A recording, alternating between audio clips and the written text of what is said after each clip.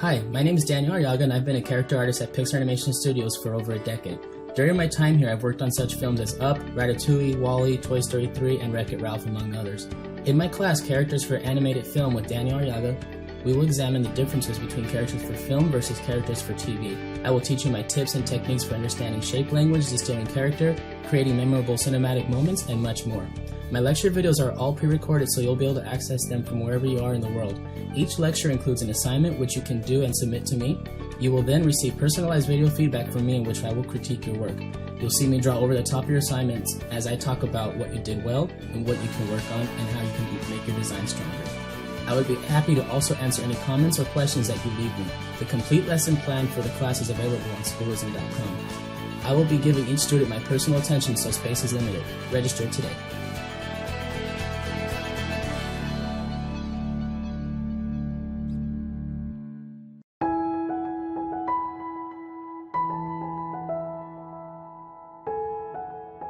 Hi, my name's John Burton, and I'm a plein air painter and fine artist.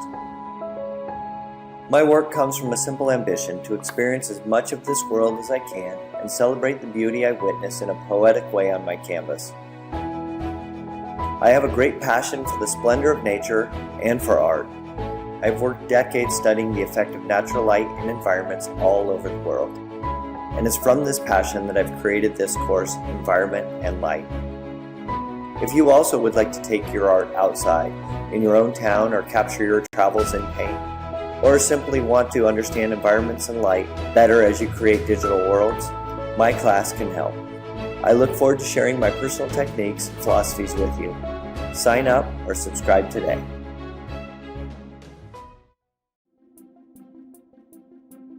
Hi, my name is Victoria Ying, and welcome to my class, Introduction to Visual Development.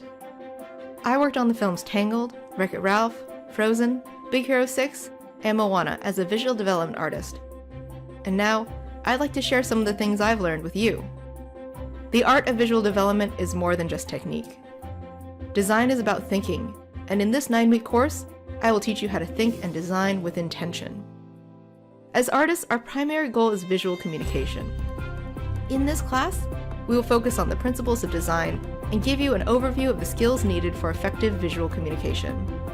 I will cover the basics of design thinking, character design, color theory, perspective, and will share tips and techniques that I use personally in my own work.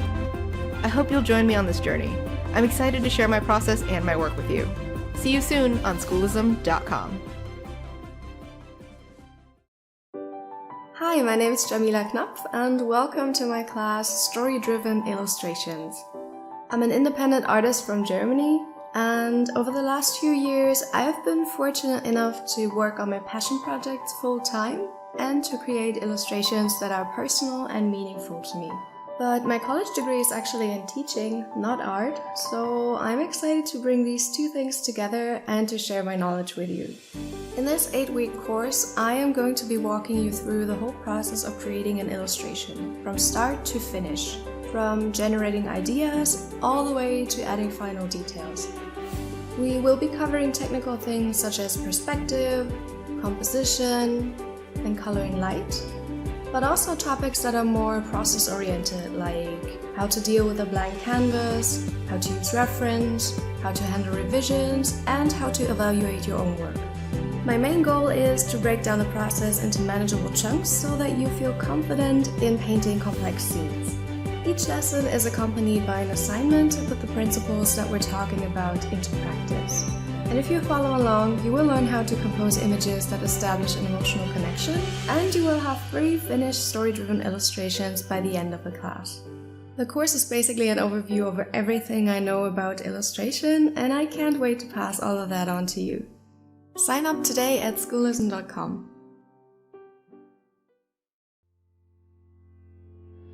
Welcome to Understanding Textures with Jonathan Hardesty. We see a lot of portfolios online and at various events, and one of the things that is commonly missing are the proper indications of textures. Skin is painted the same as brick, which is painted the same as wood or metal. In this course, artist and educator Jonathan Hardesty will go over the intricacies of how to paint different textures within every lesson. This can be very important for any illustrator, but especially vital for concept artists. Concept art is like a blueprint or a prototype for how things will be presented visually, so it needs to be clear, concise, and accurate. This means if you fail to create texture on your concept art that communicates your idea, or which doesn't read accurately, that could be the beginning of a lot of problems down the line if you want to work on big projects like games, TV shows, movies.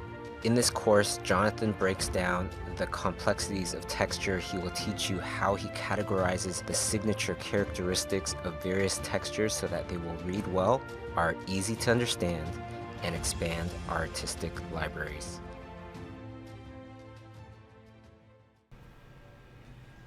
Alright, hey everybody, and welcome to Chiu Stream, where we talk about art and life as an artist. I'm your host, Bobby Chiu, and today is week 11 of the 90-minute art challenge. Let me just move some stuff around here. I need a bigger table. I keep bringing more and more tech into my life. But yeah, welcome.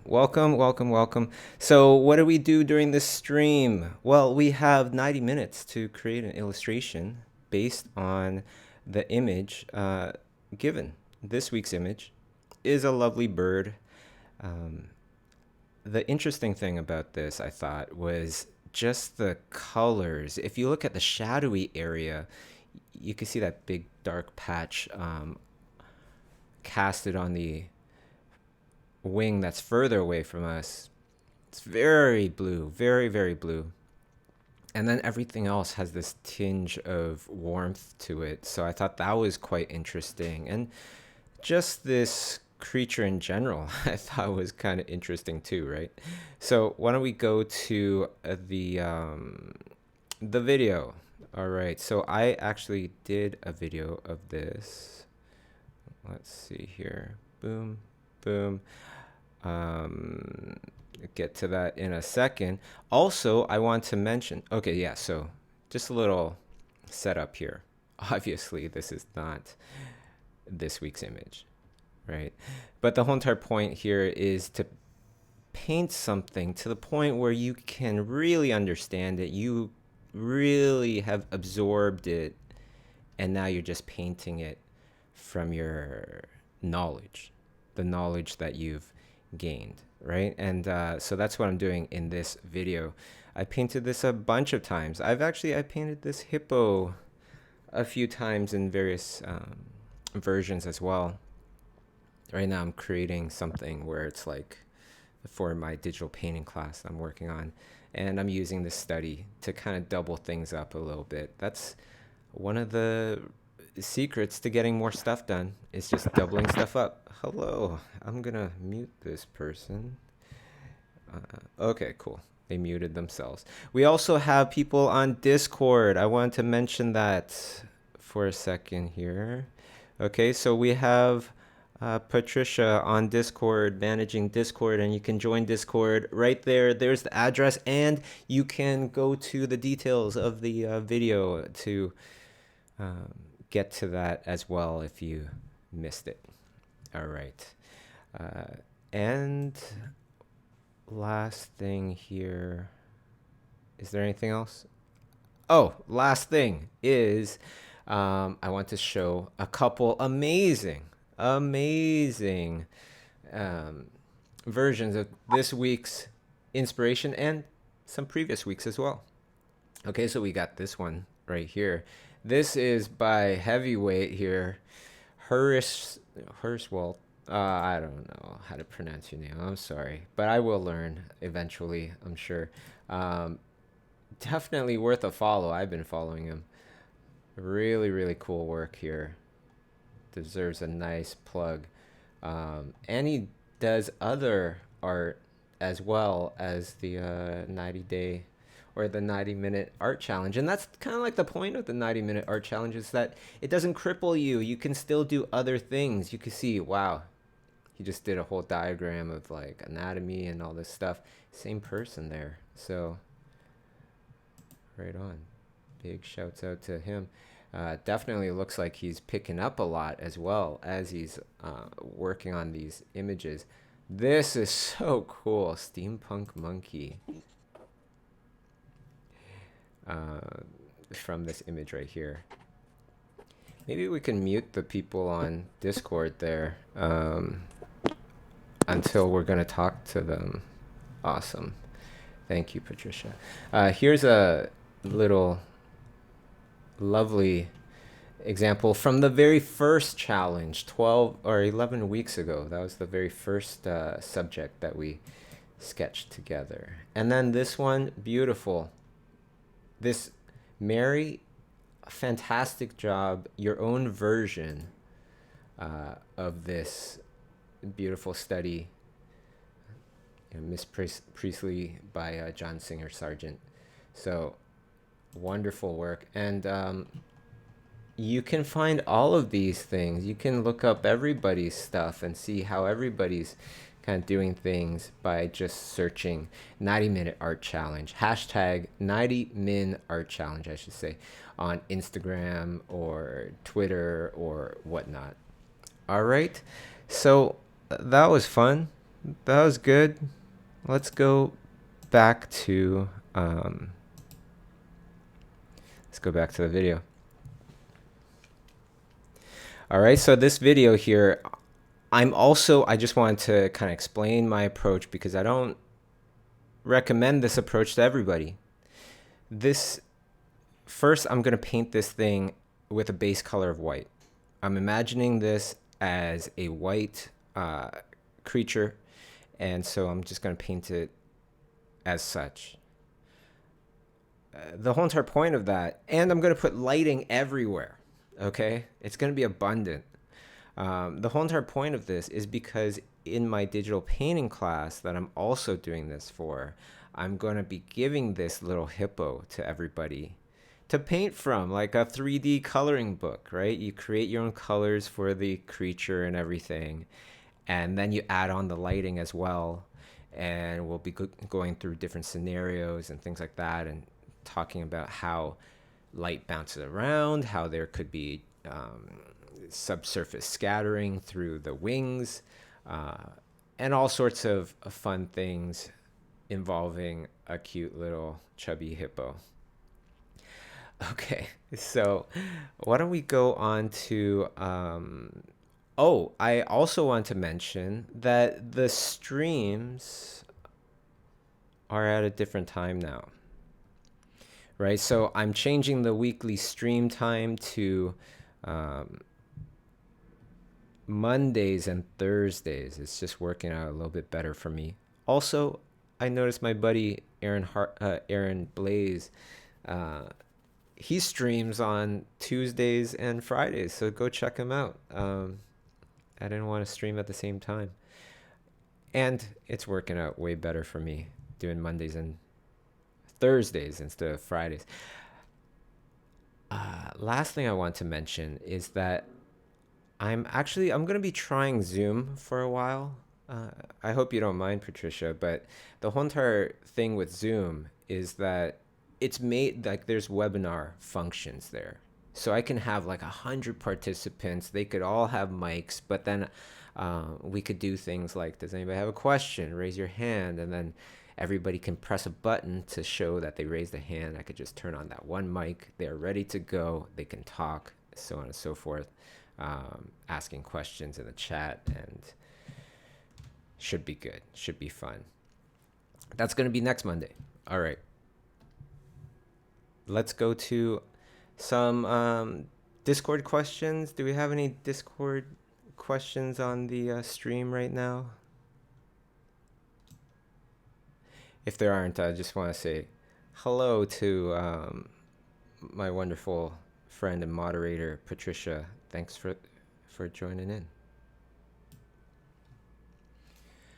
All right. Well, let's go to a Slido question, because we do have a bunch of Slido kind of questions coming in here. Let's go to the first one. First one is from CJ Rusoto. Okay, and you could go to slido.com, #ChewStream, and then you could just type in your stuff right there. Super easy, very convenient. Okay, so very first question here is CJ Rusoto. When you injure your arm, how bad was it? For how long were you able to draw and paint? And how did you fast track lost time? How did you get through the lost time, I guess? And how long did it take to recover? Okay, bunch of questions. They all kind of relate. So thanks for the question, CJ Rusoto. I injured my arm. Yeah, I injured it, I'd say years ago, probably like 7 years ago. And I dealt with it. Like, even till now, I'll still get some arm problems sometimes, occasionally. You know, if I don't take breaks, I don't stretch, I don't kind of massage and stuff. How bad was it? It was to the point where if I drew for 2 hours in a day, I would feel that, you know, my arm, my shoulder, my everything, my hand would be all cramped up and weird for like 3 days. So that was really bad. And I didn't really say anything at the time until it was over, until I could start drawing again, because I didn't want news to spread out like that. And then everybody's like, oh, okay, Bobby can't work on any more projects. And then when I'm good again, they still don't think I can work on any projects. So instead, I just dealt with it. I went to a lot of acupuncture. I went to a lot of physiotherapy. And the physiotherapy plus the exercises, that's what did the most. But for the very serious stuff, the acupuncture did a heck of a lot as well. How long did that last for? It lasted for years. And that's actually that's a good thing to talk about here. Okay? You know, success in anything shouldn't be left up to luck, shouldn't be left up to, oh, as long as you are healthy, you maintain a good balance of this and this, and everything's good, then yes, you will be successful. Nah, we can't depend on that, because who knows what will happen? Who knows, like, it's a perfect time to talk about that, right? Like, who knew that we would have a pandemic? Who knew we would have all this protesting, for a great cause against police brutality and racism? I am all about that in a big way. But who would have known? Nobody. So the main thing is that no matter what comes in our way, and for me, it was a big arm injury where I couldn't draw anymore. I couldn't paint anymore. And for many of you that have experienced this, you know how huge that is for us, because I'm an artist, you know, and I couldn't work on projects anymore. I could use my left hand. I tried it for a bit, but it aggravated everything, because everything's all kind of tied in with everything else. And for my situation, it was like a ton of knots all tied together over a decade worth, causing all these problems. So then that was a really great blessing for me now looking back to it, because success shouldn't be left up to luck or good circumstances. We have to strive for it to make sure that we get it. And that's what I really learned from this. So in those moments where I was like, am I going to be able to draw again? Am I going to be able to work on projects again? That wasn't even a thought in my mind. The thought was, okay, well, let's keep moving forward. What can I do right now? How can I help the studio, my company, and then start organizing all of these other things, workshops and things like that. Started doing workshops all over the world in a much bigger way than we did before, because I still had the knowledge. I still knew what could help people, and I could still talk. So then I just started traveling the world, going to all sorts of other places, doing all sorts of other things that were still related to art without actually having to paint and draw. So, that's a tough one, because a lot of people, we go through injuries and things like that, especially in art, with bad posture, bad ergonomics. The main thing, I think, is to keep striving, but also to use your common sense. I wasn't completely fearless, as in, I'm just going to keep going. I'm just going to keep drawing. I'm just going to suck it in, deal with the pain, and keep going. Because that's not going to help you, right? We want to use our common sense, think, how can we have a successful career still in the long run? How can I maneuver? How can I pivot? A lot of people are pivoting now. So, okay, Anonymous. Well, actually, why don't we go to Discord? Anybody on Discord? I see a few people on there. No? Okay, so let's go to Anonymous then. Anonymous on this question asks, do you happen to have an outline of when new artist workouts will be coming out? I'm halfway through the Nathan Fowkes one, and it's been great. Awesome. Really glad to hear. Nathan Fowkes' artist workout. That's the next one I want to get on. Man, things are piling up too. The next artist workout coming out, I'm not sure. But the next course that's coming out, we are announcing it today. The newsletter will go out today. Andrea Blasic, sculptor extraordinaire. He is the next person to have his course come out. It will be open for registration today. And you will have the opportunity, if you're one of the few, just a handful of people, that you can register and you can learn how to sculpt with a true master. Andrea Blasic, he's amazing. He's worked for DreamWorks. I think he worked on the very beginning kind of films as well, Sinbad for DreamWorks, things like that. He's also worked for Disney, Pixar, on Brave, and Laika, and who knows what else. A true high-level professional. And if you've seen like the portfolio reviews I've been doing, that's the kind of thing that you can expect when you register for a full class on Schoolism.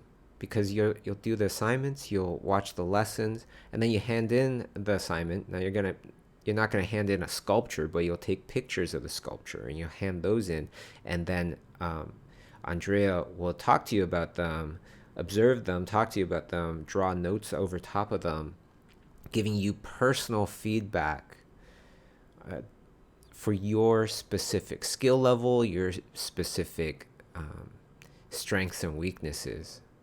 That's how you level up a lot. And that, my friends, I believe opens up, it's either opened up right now or opens up in about 40 minutes from now.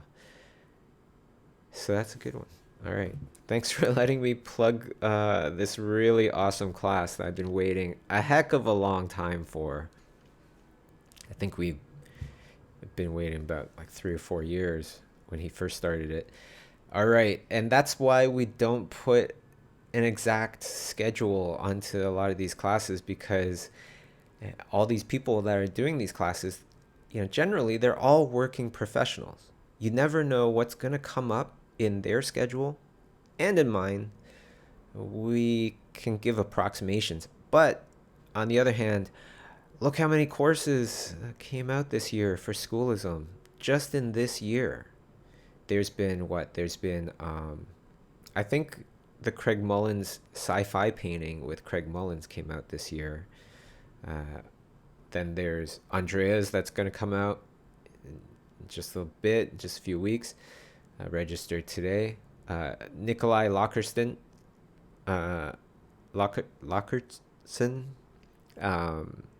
Procreate. That was a Procreate class. Then we have Steven Silver's artist workout, character design workout. We have Nathan Fowkes' color and light workout. We have Victor Kalvachev. That course is hot. Drawing people with Victor Kalvachev. Okay.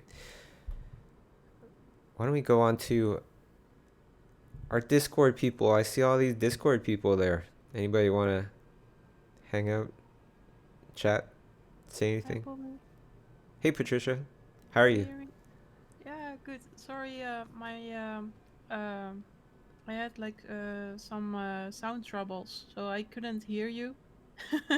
I did hear my name, and then it's cut off. So. Oh, okay. Well, hopefully everybody else can hear. Okay. If you need anything, just shout. Okay, great. All right. Well, seems like everybody's pretty shy on Discord today, which is fine. You can hang out if you like, but if you have any questions or if you want to say anything, just let me know. Hi. Oh, I have a question. Oh, go ahead. Oh, wait, never mind. You go ahead. Okay. Hello? Hi. Bobby. Hi. What's your name? Where are you from? I'm Lincoln. I'm from Calgary. Oh, fellow Canuck. Yeah. How's it going, Lincoln? It's good. It's good. How are you doing? Great. Great. So last live stream, I remember you talking about how you worked on different movies, like Trolls, but you thought it was completely different at the end from what you started. Yeah, had different name and everything. Yeah. So as someone that doesn't know anything about the industry, how does that really work? Like, when do you normally take on at the start of the project, and do you prefer that? And Yeah. Yeah. So Trolls, interesting thing. So this was like years ago. Trolls was maybe, I think started working on that in like 2012 or something, I want to say. 2013. Aaron Warner, he's a big, powerful, talented producer. Produced one of the producers on Shrek and who knows what else. But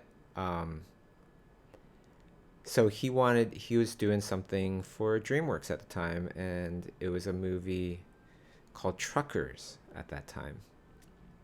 And so he was in Toronto for the Toronto Film Festival. I don't know if you heard of that, Lincoln, but we have a pretty darn big international film festival in Toronto. Yeah, so he came down and we set up a meeting. I don't mess around with the film festival because it's so crowded. I got work to do. So, but I went because now it's about work. First time.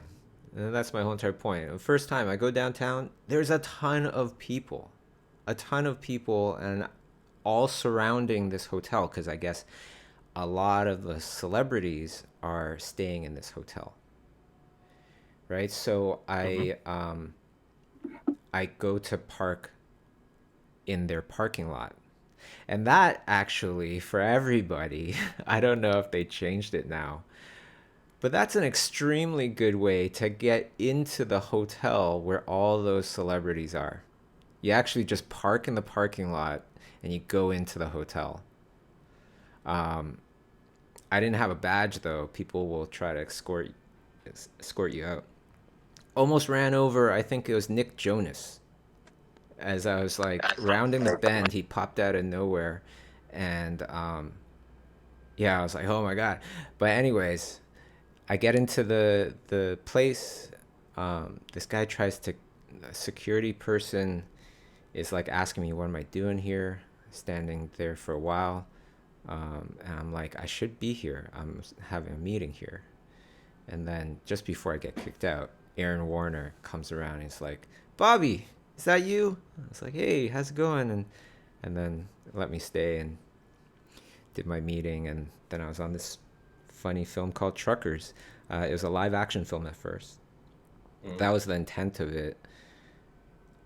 And as many of these films, you can imagine these films, you always hear, how much money did it cost? Oh, it cost $40 million.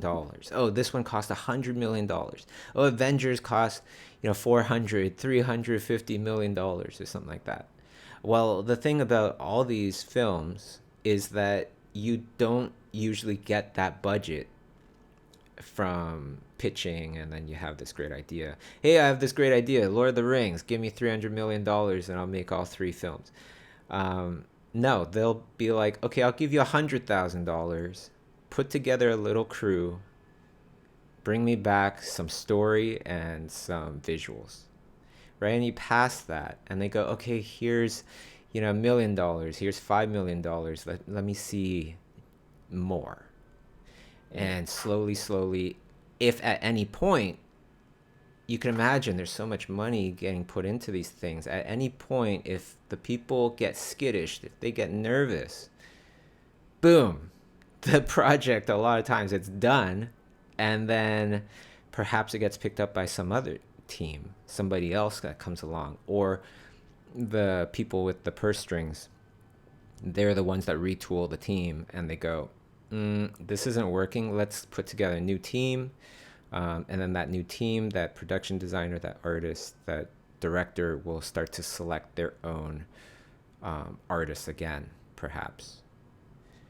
Sometimes it's the same artist. Like I remember Ian McKegg saying that he was on a few different iterations of that one on Mars. I forget what it's called now.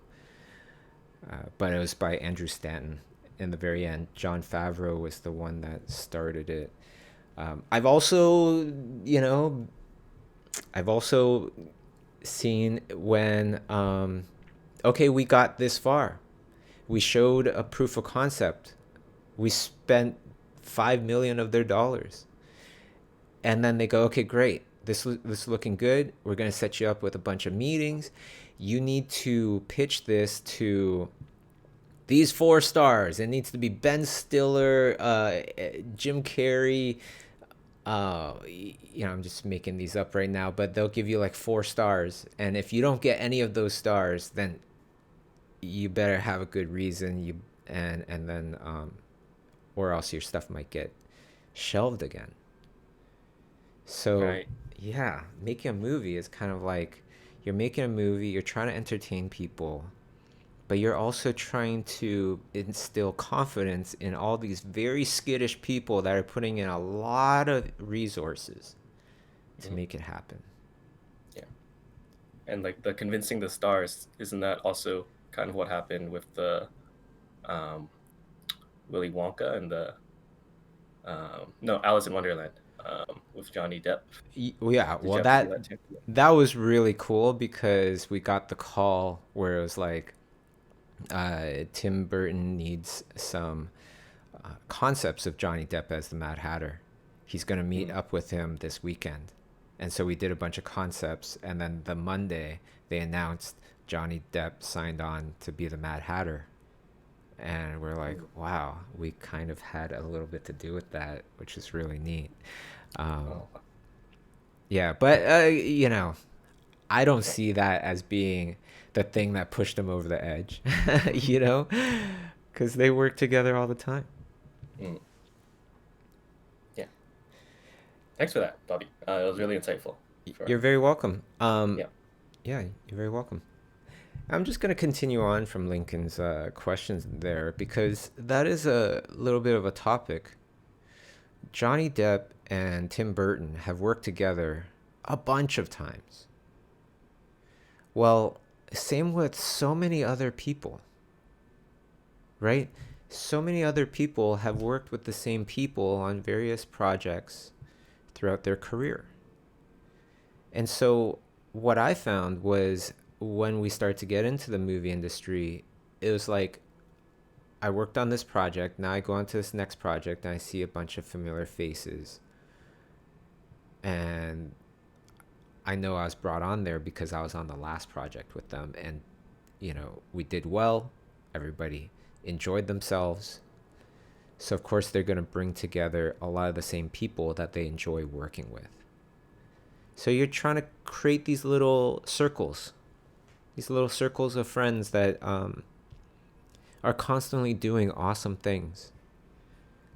That's another big part about this industry that I was never taught in school. You know, that you don't want to stick to just one circle either. For me, anyways, that's how I approach it, right? Because just like how you don't want to put all your eggs into one basket, that saying, you want to constantly meet new people. That could be attending other things. It could be reaching out to people. I don't know. But that has been very, very helpful for me. Just constantly meeting new people, looking to incorporate myself into projects with new circles of people. And the main lesson I got from this was that it doesn't matter if the movie stinks. It doesn't matter if the game stinks either. As long as you tried your hardest and you tried to be a person of positivity that people enjoyed working with. Because almost guaranteed, somebody from that camp is going to do something else. And they're going to make another film. And then, hopefully, if they liked you enough and it fits, they'll call you. Right? Every amazing actor has done at least one bad movie. You know, when I think of The Burbs with Tom Hanks, right? I kind of remember that. I don't know if it was a bad movie or not, but it wasn't that memorable for me compared to all the amazing projects he worked on afterwards. You know, Robert De Niro. He's worked on some movies that weren't that interesting either. But we only really remember the ones that were really awesome. So don't be afraid to, you know, work on stuff that you might not fully get why this could be a good project. There's always room for risks. I remember I was talking with Crash McQuarrie. You know, he designed the dinosaurs for Jurassic Park, and he was one of the dinosaurs in the film. He was one of the raptors in the kitchen scene. But he was saying he didn't think that Jurassic Park would be a big movie. Because at the time, it was all about Schindler's List for Steven Spielberg. Right? And so, who knows? Who knows what will happen? Just got to keep working hard, you know, and keep doing our thing. Okay, so anybody on Discord want to hang out? Hey, say anything? Bob. Hey, how's it going? What's your name? Where are you from? Hey, I'm Shu Heng. I'm from Singapore. Oh, hi, Shuhung. Yeah, so what kind of advice would you give to somebody who's like 15 years old and is like extremely interested in concept art? Oh my God, you have such a gift in front of you. 15 years old, and you're already that serious that you would attend one of my podcasts and stuff. That's awesome.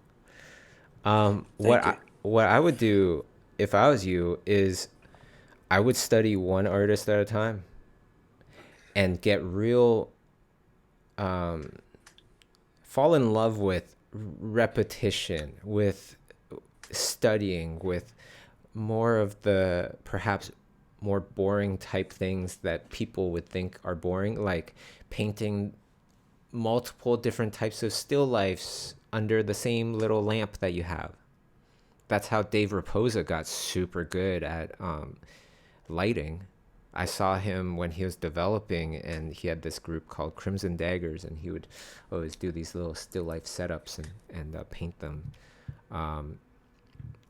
It's for you. It's all about. If I was 15 years old again, it would be all about studying from life. So real life, not photos. Looking at the same kind of subjects in photos, great photos, studying from those. Looking at great artwork that has been done by great artists about that same subject. And then trying to paint my own stuff about that same subject. Over and over and over again until I really, really understand that subject, and then move on to another subject. Now, that doesn't mean it has to be all the same, absolute same subject as in like houses. Okay, I got to draw houses every day. I have to draw a horse every day. I have to look for pictures of a horse every day. It doesn't have to be like that. It could be just, I'm interested in the lighting in a black and white kind of sense. I'm interested in the lighting in today's scenario, and then I find a different kind of photo, different subject matter altogether, same kind of lighting, right? And then the artist, same thing, same kind of lighting.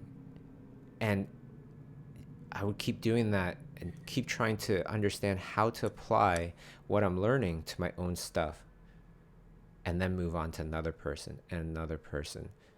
You have a real gift in front of you. 15 years old, I would absolutely be killing it by the time I was 20, just by doing that. Thank you. You're very welcome. And of course, for anybody out there, the best way to learn from an artist is to find paintings as well as sketches of the same piece. Hopefully you can hopefully finding reference images to everything that they used and really picking apart and trying to understand their thinking. And of course, the best of the best of the best would be an actual video of them painting and drawing and explaining things, just like on Schoolism. All right, why don't we go on to another question?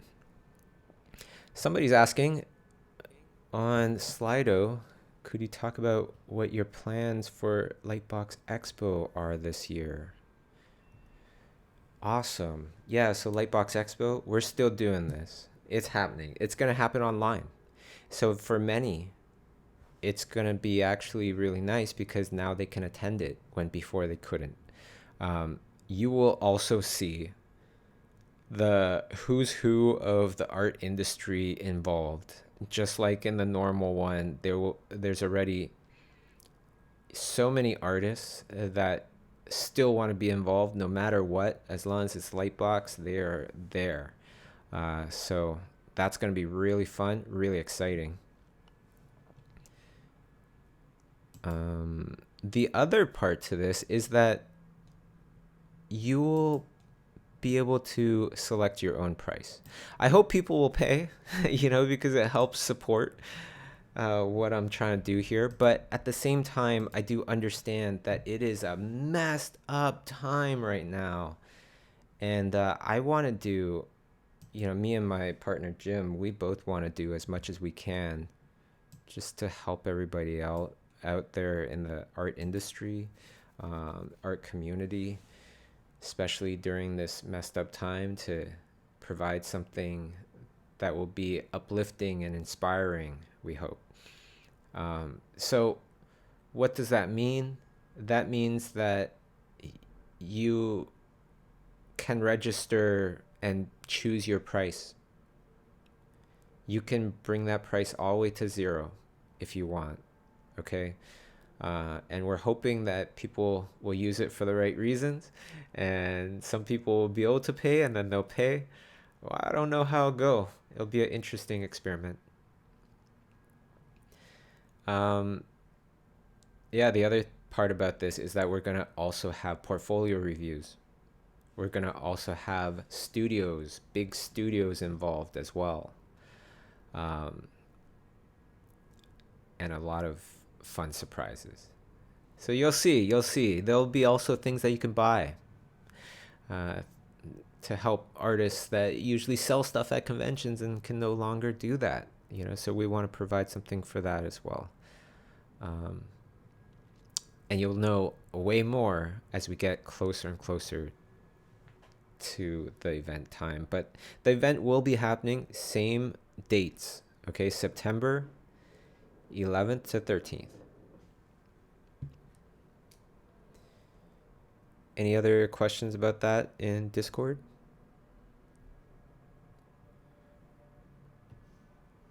Or any questions at all in Discord? Hello? No? Okay. Was that a no? I could barely hear whoever's speaking right now. Yeah, if you can put your mic a bit higher, or Sophie? Hi, Sophie. Hello? Hi. Where are you from?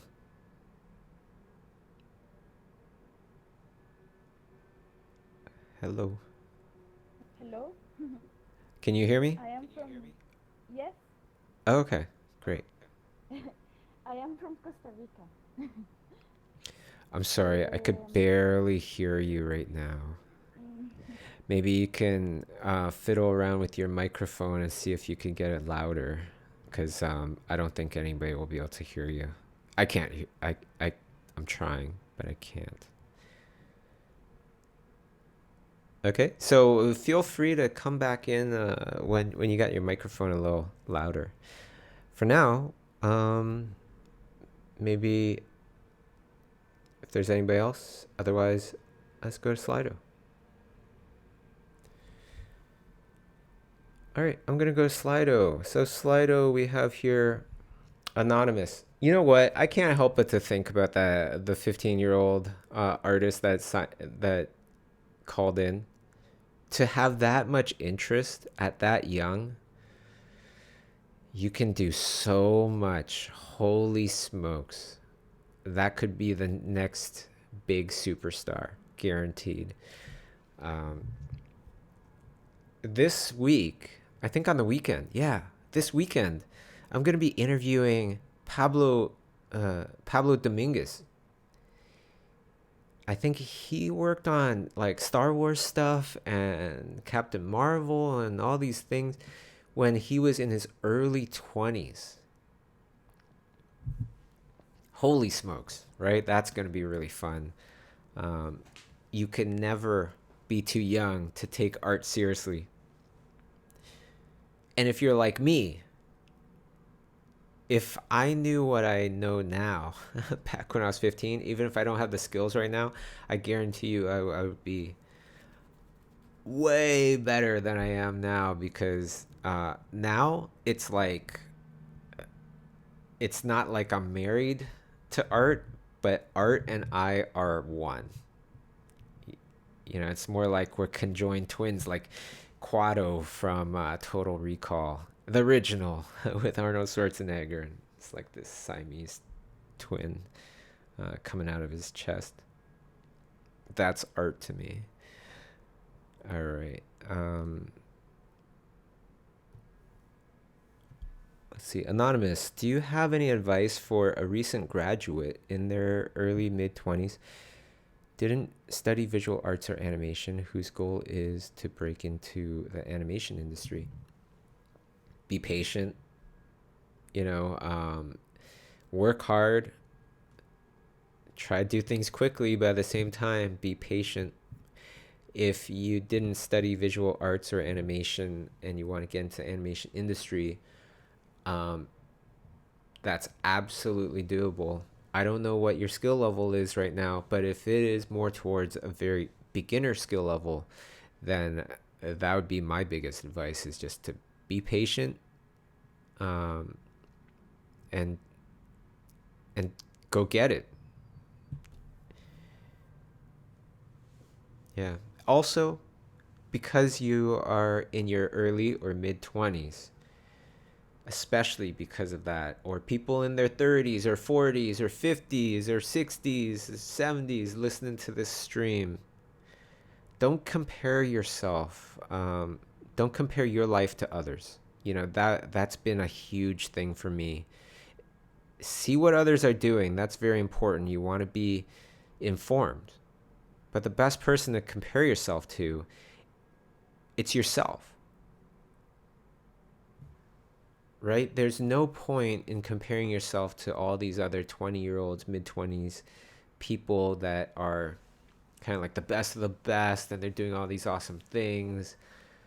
There's no point, because they are on a completely different path than you. And it wouldn't be fair.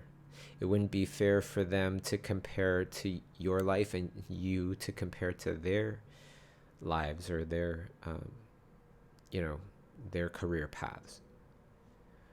Also, when you think about it, when you're constantly comparing to other people,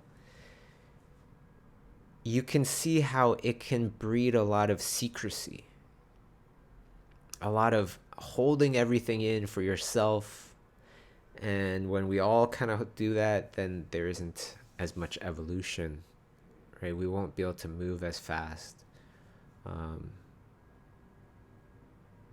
So that's the other reason why I am very much kind of like all about comparing yourself to yourself. So good luck. Good luck with the, breaking into the animation industry. The other thing I would recommend, of course, is to get a Schoolism subscription. It's $300. It's a little bit less than $300. But you get every course. You get over 30 different full-on courses of art with many of the best artists in the world. And many of them, you wouldn't be able to find a roster like this in any college, because all of these people, they're so high level, they don't have time to teach in college, right? Not all of them. They are too busy working on the stuff that you want to work on. And the best way to work on those things is to learn from those people that are doing those things. That's what makes sense to me. And that's how I got there. All right, Discord. Anybody want to say anything? Hey, Bobby. Hey, Noah. How are you? It's awesome. You always have perfect volume. I got a new microphone that I ordered before the pandemic, so now I feel comfortable. It actually sounds really good. Oh, thank you. It's good to know. So I have actually a follow-up question Sure. from something you said earlier. How did you practice art when you couldn't use your hand? It was more about the ideas. It's more about just thinking of ideas. I couldn't actually paint and draw them just yet, but I could jot them down.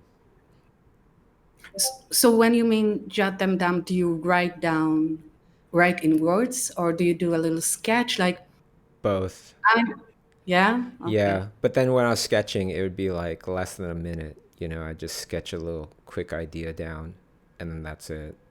And I'm not the best in organizing those ideas just yet. I'm still trying to figure out how to do that. Currently, they're all stuck in like little obscure corners of different sketchbooks and things. Oh yeah. Yeah, I don't know about you, but I used to be, there was a point where I had like 3 different sketchbooks and each one was for a different thing. It's just too hard to keep up. Well, most of my creative sketches are just on like random papers, and then I have to like make a way for me to find them and not throw them away. When I have a sketchbook, I don't feel as creative. I feel like I'm intimidated a bit. Yeah, You because know it's what I the mean? book. Yeah, yeah. Well, that's why some artists um, love to just draw on loose leaf paper. Yeah. I remember hearing Ian McKeg talk about that, and he's just like, yeah, that it's not a intimidating thing. It's almost like you're starting off with garbage or something like that. I think he have a demo I've seen years and years and years ago where he showed that he will take just like loose sketches, and if he ran out of space in the page, doesn't matter much. He just tapes it off to Yeah, another page, and he have another space to work on. yeah, yeah. I kind of, ideally I would like it all organized, but I very much agree with the idea of being used to just sketching on anything, because then Mm. otherwise you have to have all these things all set up in the exact way that you want it before you could do any art at all. Mm. I feel like I'm getting to that point, Noah. I'm getting to that. I feel like I'm trying to battle against that because it's like, do I want a digital paint right now? Well, I don't have my setup. I don't have Oh, my giant Cintiq monitor because I'm away or something, and then also I have a secondary monitor. Um, yeah, yeah, but that's why it's good to like exercise different mediums and different methods. This is why I love Schoolism so much, because it yay. opens me up to all these kind of like ways of thinking and methods and materials. Yeah, you know what? I started getting into watercolor again. Oh, I know I you're a want big to. watercolor Yeah, I enthusiast. kind of. Yeah, I want to see your watercolors. I know your acrylics. Oh, jeez. Why did I say anything? I don't know if I have it on my computer right now. No, Uh, I'm sorry. I didn't mean to like put you on the spot. no worries, I'm just kidding. But yeah, I don't have it on my computer. I would show you, but I guess you know what? Super quick. I just have it like a really crummy picture on my phone, but it's of my niece. Oh, Yeah, it's a little watercolor there. My niece. She just turned 1. oh. So there you go. There you go. Why don't we answer this one together if you have any opinions, okay, Noah? So this next question comes from Kiwokai. Bobby, I'm over 30 and working full time. I want to know what your opinions are about making portfolio versus fundamental studies. Ooh, okay. That's a tough one. Yeah. Do you want me to say first, or do you want Go to say ahead. first? Yeah, go ahead. What are your thoughts Oh, on it? I'm just thinking about it because I'm constantly working on my portfolio, and I'm constantly working on my fundamentals. And actually, now that I started getting more into teaching, I find myself giving a whole lot more time to restudying the fundamentals, because that's where most of my students starts. Yeah. Um, and so now I have less time to work on my personal art and my portfolio, but I find that now that when I do get into working on original pieces intended for portfolio, I see things differently. So I think it's a matter of like, maybe it's a mind space, like where you at.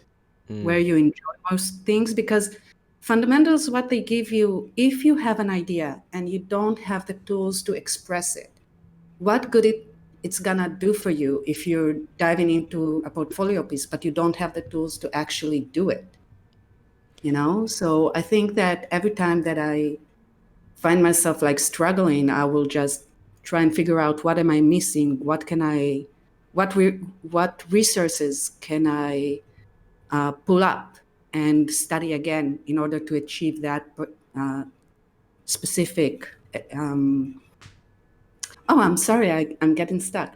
But what tools can I pull up from my arsenal, Uh-huh. and what tools I don't have that I need to relearn or learn anew in order to achieve what I actually have in my head and can't express it just yet. Does it make any sense? Did I get lost? I I think it makes sense. I was just thinking that this is very much, you know, could be for my portfolio, and yet Mm, I'm studying fundamentals here, right? Like yeah. with every study that we've been doing, I have a certain objective in mind. This one is definitely not about how to paint birds, obviously. It's more about the lighting, Yeah. to capture the same kind of lighting, right? And fundamentals, they are in our art. It's in every portfolio, and it could be studied in so many different ways. And not only that, but the different interests that you will have will bring a new set of fundamentals as well, right? Mm, Because you like yeah. to, yeah, you like to draw houses, then you're going to learn about certain fundamentals of architecture versus anatomy for certain kinds of other subjects, people, mammals, things like that. So what you're, if I can rephrase that to make sure that I understand, what you're saying is use your personal piece in order to focus on fundamentals. Super simple. I'll break it down even more generalized. Double it up. It's all about doubling things up on a constant. This this right here. Okay, this, how many things is this thing for? This is for the stream. Yeah. It's also, you know, I mentioned schoolism, so it's also to help to promote schoolism, get the awareness out. It's also to help other people, of course, give them something to do, something fun to do, and to see how a professional artist might do it. It's also helping me with my digital painting class, because this is actually for the remake of my digital painting class on schoolism. Oh, And it's helping me to just like, I've never tried to paint something like this where I painted it first almost like a statue, yeah. and then bringing in the color and all this stuff. So that was an interesting experience for me as well, to see, can that be possible in an effective way? And it was. That's really interesting. Yeah, think about, okay, let's keep going here. The workshops. Yeah, Mm-hmm. I don't, I'm not doing workshops right now, but I used to do a lot. Uh, what are the workshops for? Well, schoolism, that's number one. You know, I'm doing schoolism workshops. That's going to help schoolism in general. Also, it's going to help my life, enjoyment in my life, because I like to travel. I want to go to these places. How can I go there? And how could I not just save some money going there, but perhaps do it in a way where we're making a bit of money and we can do it over and over again, Yeah. right? And then through that, I'm meeting all these other people. And that's what I love as well, just connecting with other people, and just, you know, artists are my people. So I love to Yeah. just meet other artists and talk with them. What else does it do? It also, people have asked, a lot of people have asked, how did you get Lightbox Expo to be so big the very first year? Well, if you think about it, I've been doing schoolism workshops for what, 12, 13 years probably. Uh, each year, I'm doing 10 to 14 workshops, something like that, 8 to 14 workshops a year for 12 or 13 years. And then times on there, average of 5 teachers that I'm bringing. You know how many freaking teachers that is? How many amazing, incredible artists that is? That's like over 500. Oh, wow. I never thought about it that Well way. over. Yeah. 13, it's like, what's it? 13 times 12. That's like 156 times another 5 artists per workshop. Mm. A lot of them come with me on multiple workshops because they're my friends. I want to hang out with my friends. So we go to a lot of places together. But yeah, I would say over 500 artists that I didn't just get to know. I got to travel with them, break bread with them, really, really get to know them. And then I didn't want anything from them, but instead I want to give something to them. I want to give them a good experience, right? Yeah. And then they all got paid for it as well. So when I come back 12 years later, I go, I'm making this event. I want it to be the biggest of its kind in the world.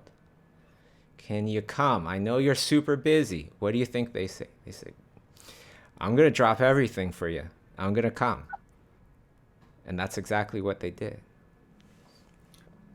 Well, I think, through my experience with Schoolism, with you, with Schoolism Live, I think that passion and authenticity is what I appreciate the most, because it's always fun. You make learning art fun. Oh, thanks. So I just wanted to say thanks. And, I just realized today, it's been 2 years since you've been to Israel. Yes. Yeah. And so for everybody that are interested, whenever we start doing workshops again, Noah also does workshops. Yeah, Noah also does workshops. The Wonder Art House. Yes? Yes. See, I got it right. I got it right. Yeah, I know. It's like I'm thinking maybe I should change that name because it's hard for people to pronounce. Okay, never mind. But yeah, I just wanted to say, like, you were a main and still a really big inspiration for me. And when I had the chance to do workshops in Israel, I knew I wanted to bring what you guys bring. So I felt really blessed when you guys agreed to come to Israel. Yeah, we've been happy to help as well, right? And it's like that kind of makes me think about that whole entire thing of like, you don't want to compare your path to anybody else's. You don't want to compare yourself to anybody else. You want to be aware of what they're doing, but we're all on our own path. And that's why I was so like, yeah, I want to help you. I want to tell you all the things that have been helping me with these workshops, and hopefully they'll help you too. I appreciate it. Oh, it's my pleasure. All right. Why Yeah. don't we go on to, I'm going to go on to another question here. Anybody else on Discord have a question? If not, we'll go. Oh, hello. Hey. What would you say if, for example, like your skills like such that you can draw things from life super accurately, but you can't just seem to turn them around in 3D and like just draw stuff from your imagination or just piece stuff together? So the question is like how to do that? Or how to improve from that point? Oh, yeah. A lot of studying as well, it's like what you're studying. A lot of these photos, I choose them for specific reasons. And some photos, if anybody's tried to study for photos, it's like some photos don't help you as much sometimes. So I try to look for good lighting scenarios that help to really describe the form well. Um, One thing that would definitely help you would be like drawing fundamentals. Thomas Flaherty teaches drawing fundamentals on Schoolism. The Tonko House class, painting with light and color. I think Noah took this shit as well, or this class as well. It was awesome. It heavily teaches you about structure by teaching you lighting. So, yeah, I would, concentrate on those. I do remember when I first started to understand structure, though. When I first started to understand structure, it was me trying to draw three-dimensional shapes, three-dimensional things on a piece of paper. And then I got to this point where, like, I just kept trying to see things in 3 dimensions, even though I'm drawing on a 2-dimensional piece of paper. How did I do that? It's literally, I equate it to like if you put a pencil on the table and you stare at that pencil and you try to move it with your mind, it's not going to move really, but you're trying. That's the same kind of concentration as when I'm looking at a piece of paper at that time. I'm trying to draw something 3-dimensional. I'm just trying to make this thing, like with my mind, see it 3-dimensionally. And nothing happened. Nothing happened the next day. Nothing happened the 6th, 7th day. But the 8th day, I started to feel it. I started to feel like I was sculpting with my pencil. And the 9th day, it went away. 14th day, it came back a little bit longer. And the 15th day, I saw a little glimpse of it as well, right? And then slowly, it becomes more and more frequent. And then you could kind of just put your mind into that space of like, okay, I'm drawing 3-dimensional stuff right now. It's pretty much like I'm sculpting on a 2-dimensional piece of paper, but I'm sculpting. Right. Okay. Thank you. You're welcome. Yeah, the other there's this other example that I used to say regarding this whole entire like thinking structure. And for me, like I remember when I was a kid, like a little teenager, and I'm trying to like flex my pectoral muscles. And the muscles are not big enough, so I couldn't flex them. But I was trying. And then once they got bigger, so, do some exercise or whatnot, then one day I could. And that was kind of like the same thing with structure, with learning how to see structure and learning to control structure. In the beginning, I couldn't do it because the muscles in my head were too small, but I kept trying until they got stronger. And then at that point, one day I could. All right, why don't we go on to another question on Slido. How did you overcome your fears when you started Schoolism, if you had any? Wow, great question. I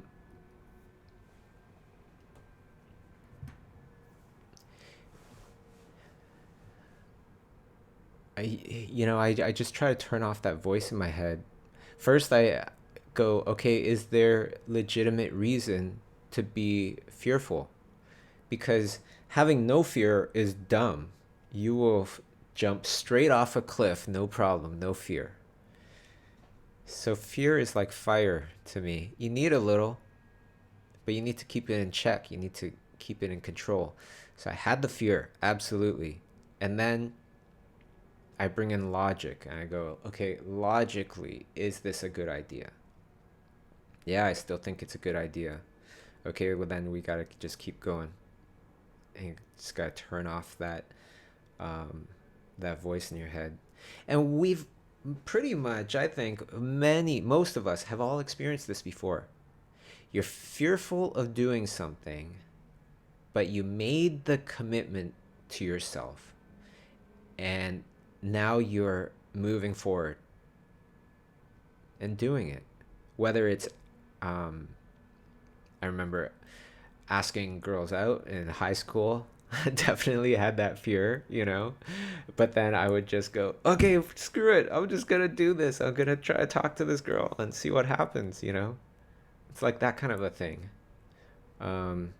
Or when I met Steven Silver for the first time, talked with him before, this big artist that I really, really looked up to.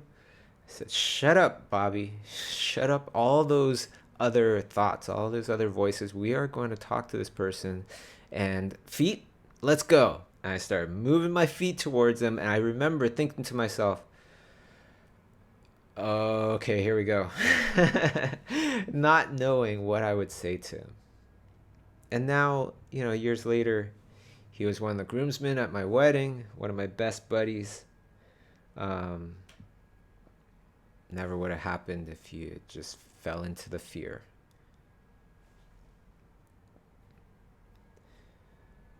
All right, so let's see here. Yeah, the other thing I want to mention about the whole structure, okay, is that we've all experienced, no matter how much drawing experience we have, we've all experienced what is perfect structure, perfect perspective, all of our lives. If your eyes tell you that something's wrong, most likely something is wrong. And perspective is off or structure is off. Believe in your instincts. Sometimes you just need to flip it to the other, mirror image, and then your instincts will kick in right away. All right.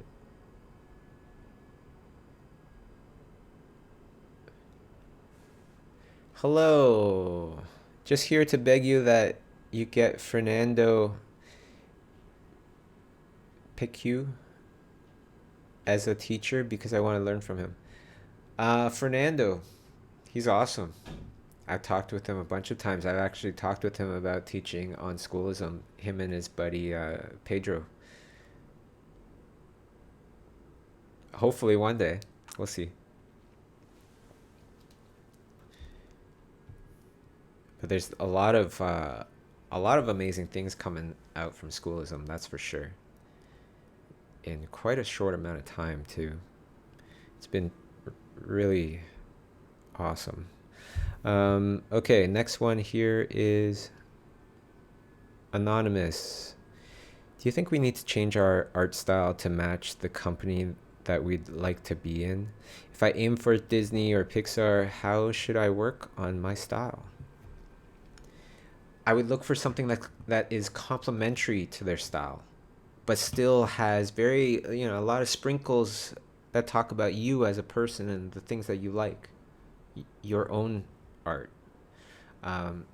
If you think about previous Disney films, there's so many different styles, right? We go into Bambi, 101 Dalmatians, Pinocchio, all sorts of different styles. They all complement each other, though. That's what you're looking for. But yeah, I would try to cater my art style towards something that I still want to do, I still have passion for, but at the same time really matches Disney or Pixar, whoever your aim is. That's how I got to work with those kind of companies. I've worked with both of them. I don't paint like Pixar, but I can do things very much that will fit in. And that's probably why they reached out to me, was because I could, give them something that was slightly different. but still matched. Anybody on Discord want to say anything, ask anything? We have about 15 minutes left of this challenge, just to let everybody know. Hello. Hi. What's your name? Where are you Hi, from? Bobby. Hi, I'm Nick from Australia. I asked you the question about imposter syndrome last week. Oh, right on. Hey, Nick. Hey, yeah, no, so can I start off first by just saying thank you? I think ever since you answered the things I asked, there's been a lot which happened over the past week. And I watched through your videos on connecting to other artists and other people in general, and overall your social media stuff. Yeah, And that's awesome. I've had a very positive experience since obviously it's not going to be fixed within a week. It's not something easy to get over, but I just want to share that I found it very helpful watching your videos to just get myself into that mindset, as you mentioned earlier, just do it. So I've started social medias and putting myself out there, and it's had a very positive impact on my mental and work so far. That's And fantastic. at the same time, I wanted to ask you. So I work mostly digital now, and I learn a lot of things digital. Like, what would be your take on learning some skills which generally are more traditional on digital? Like, for example, figure drawing. Because right now I don't have a big drawing board or any of my big drawing sketchbooks, but I do have an iPad. I understand traditional is always the way to go. It's not, Yeah. but okay. Sorry. It's like, is oil paint the way to go? Doesn't, not necessarily. Is watercolor? I feel like those are different programs, different analog programs. You could kind of think of it like that. Do you need to learn Blender? Do you need to learn Photoshop? Not necessarily. Yeah. And that's how I kind of see it. Digital is great for also learning how to traditionally paint, because you can paint so many more paintings so much quicker digitally, right? Unless you're using, like, if you're not using screen and adjustment layers and all these other little bells and whistles in digital painting, and you're just using brushes, changing opacity, then you can learn a lot about just traditional painting through digital painting. Yeah. Right? And vice versa. Yeah. I guess I just always had that weird fear, because right now I'm working on an iPad and I'm just doing figure drawings on it like daily, but there's always this weird echo in my head saying, hey, maybe I should, like, this is not the right way to do it. No, I think you're doing the right thing. And you're doing something different. Not a lot of people, I'm sure more people now, but not a lot of people do figure drawing with an iPad. So that could be the thing that kind of makes you stand out a little bit as well. I never thought about it that way. Yeah. One time in the very beginning, and somebody could take this if they like, who knows, maybe I'll do it eventually. But when I was just starting off, I was thinking, what would be cool is, like, if I used only soy sauce to do these beautiful paintings. Because I was like, I was having dinner with Kay, and then she started to use her chopsticks and dipping them in the soy sauce and started to paint this beautiful painting on her placemat.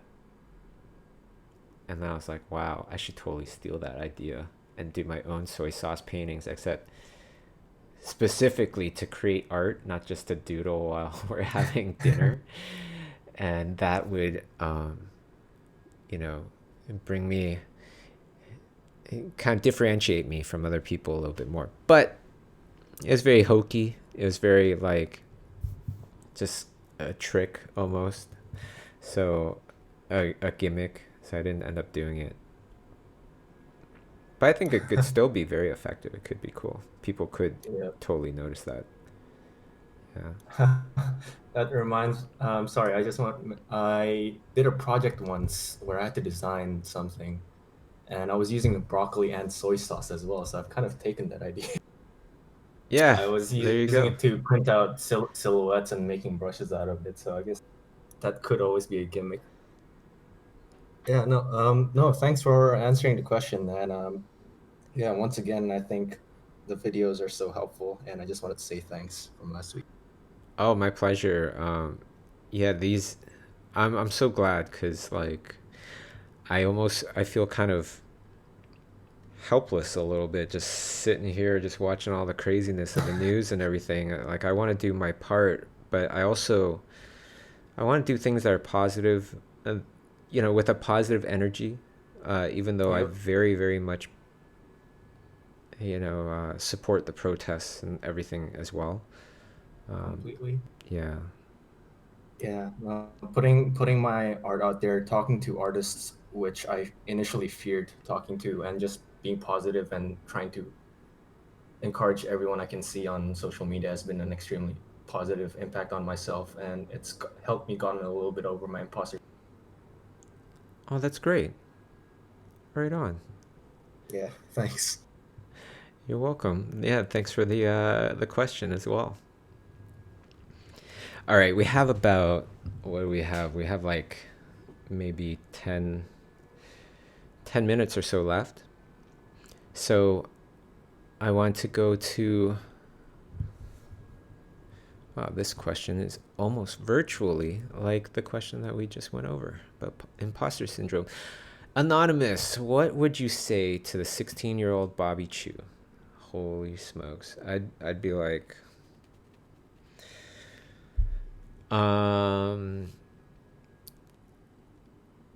yeah, I don't know if I would listen. That's the only thing. If I could tell myself anything and know that I would listen, I would be like, probably don't chase girls so much, because I was all about chasing girls at 16. Partying, doing stupid stuff. I just tell myself to stop doing all those things, and art is a possibility, because at that time I didn't think that doing art as a living was a possibility at all. It wasn't even in my mind, even though that guaranteed is the thing that I would want to do the most. Yeah, if I could talk to my former self, I would also tell him, I would break it down like this. I would be like, okay, well, right now you're 16. What do you want to do for the rest of your teenage years? And just work with them through it. Okay, so now you're in your 20s. What do you want to accomplish in your 20s? And just having young Bobby sit down and write them all out, think about them, because it wasn't on my radar at all. I think that would have been very, very beneficial. It was more like around, I think 19, I started to smarten up, start to really clue in on what kind of things will move the needle much faster, and start to clue into the idea that I don't need to wait to take art seriously. I don't need to wait to do something with my life, right? Because sometimes you're in school and you're thinking, yeah, I can't wait till I'm out of school so I can start doing this. But you can actually start doing those things in school while you're in school. Tons of people do. Yeah, and I remember when I was 19 or so, that's when I started to really clue in and go, okay, time is my biggest advantage, because otherwise I have no advantages. And to use time as my advantage, I just need to listen and hear what people 10 years my elder are concentrated on, are thinking about. You know, what do they care about? And those things, if I care about them now, then I have a head start. Right? So I'm 19, I'm thinking about what am I going to really care about when I approach 30? Well, I'll care about money because I'll be out of school. I'll care about getting better in my career. I'd probably be married by then or close to that, which I was. And all these other things. And then when I started to approach my 30s, I started to think about 40s. What will I care about in my 40s? And now that I'm in my 40s, I'm thinking about what am I going to care about in my 50s and 60s? And that becomes very much about health and family. So that's what I'm very much concentrated on nowadays is health, family, right? When I start to approach like 25, 30, I was very, very much about my career. I think that's a good one. I think that's a good thing that anybody can do is just think about what would you care about 10 years from now? And let's talk to that future Bobby and see what kind of things he would care about. And let's care about that right now, because then we'll have 10 whole entire years head start to really get on top of those things.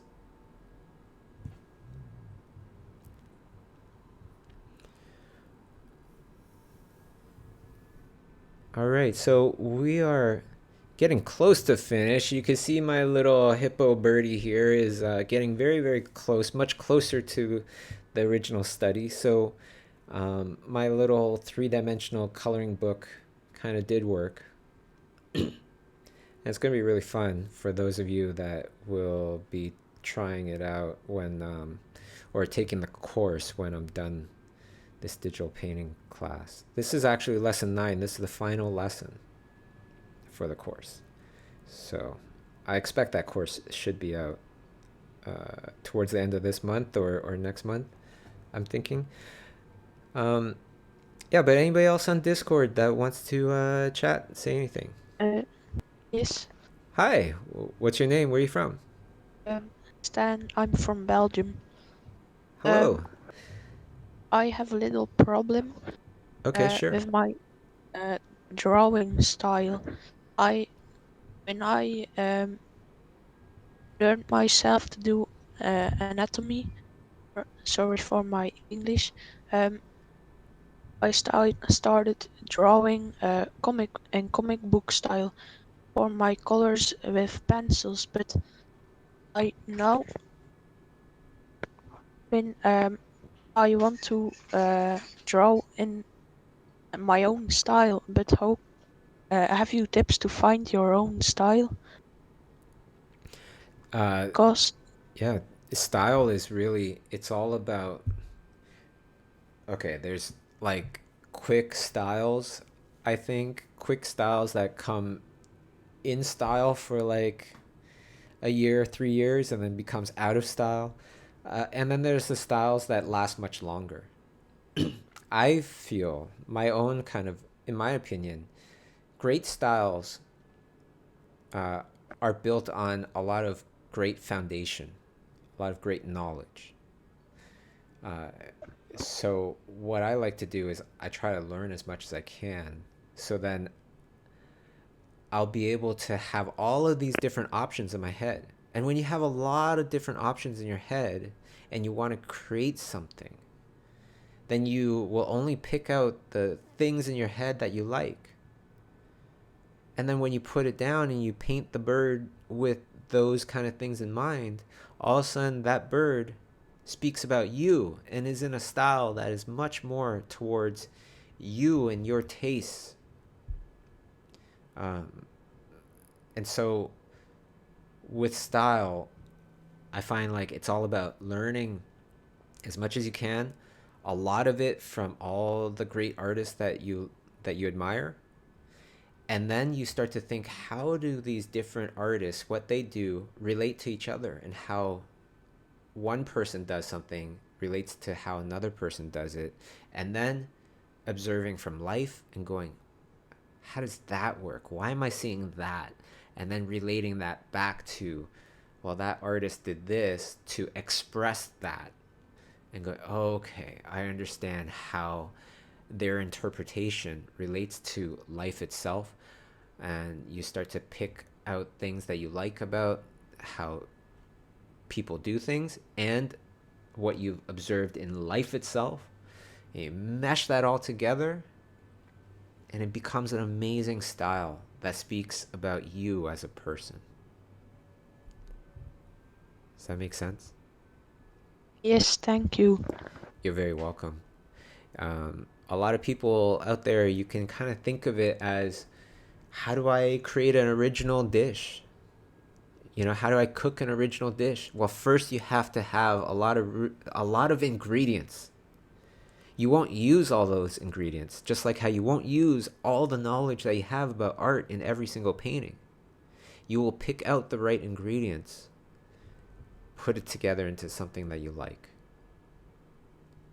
Right? And then that style speaks about you as a person and is unique to you. The best styles in my opinion, are the ones where they look amazing, and then you meet the person, and then you understand even more about the style. Right? You understand why that style came from that person in the first place, and there's some sort of personal relationship.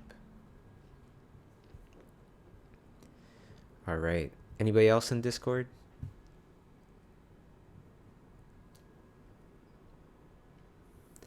Okay. Yeah, why not? Okay, great. Hi.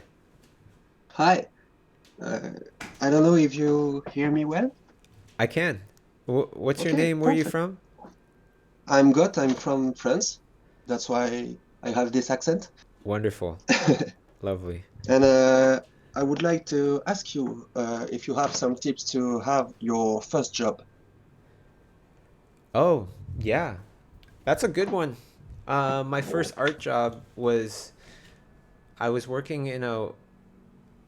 doing art. I was working in the warehouse of a toy company, right? And these toys would come in every day, and I'd lift boxes, things like that, fix toys that were broken.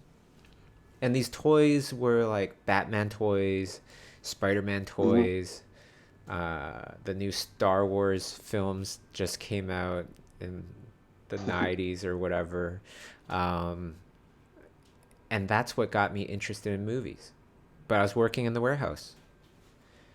So during lunchtime, I would just I went over to the art department, and I asked if I could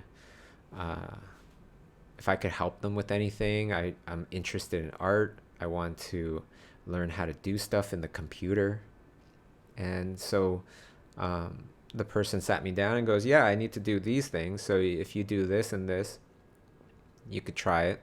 You know, if you don't do a good job, then I'll just do it myself when lunch is over.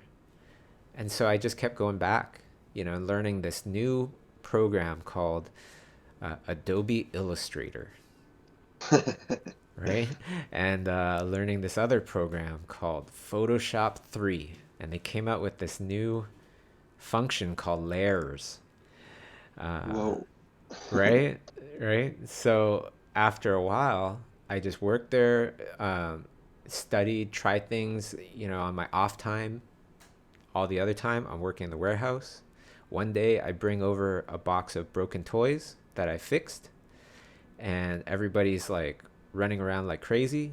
And I say to them, can I help? You know, you guys look really busy. Can I help? And so the person that I've been talking to at lunch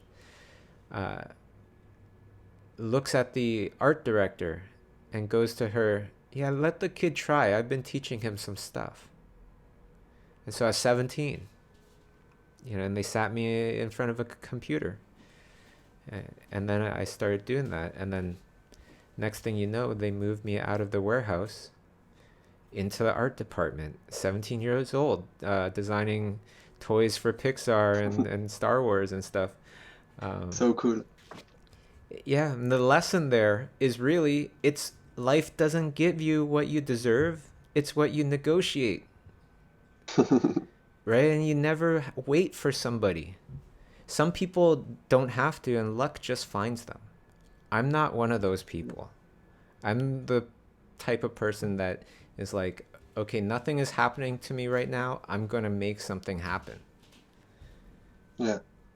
I think that's the biggest lesson that I learned from those things. It's like, ask for what you want. I'll tell you another really great story that I love that I heard from this amazing director. He directed Enchanted, Goofy Movie, Tarzan. When he was, I think he was like just a kid, like maybe 14 years old, 13, 14 years old. He grew up in a family that was, there's, it wasn't the best family scenario to grow up in. Yeah. Okay, so then he was in a category of families that were kind of like underserved families, impoverished families, perhaps. I don't know what the whole scenario was, but he went to a puppet kind of company and said, "Can I work for you?" And they go, we can't hire you. We don't have the money." And then 14 years old, he does the research, comes back and goes, "Can I work for you? I can get the government to pay me, pay you to pay me. And then you'll have free labor." And then they say, okay. What a great story that is.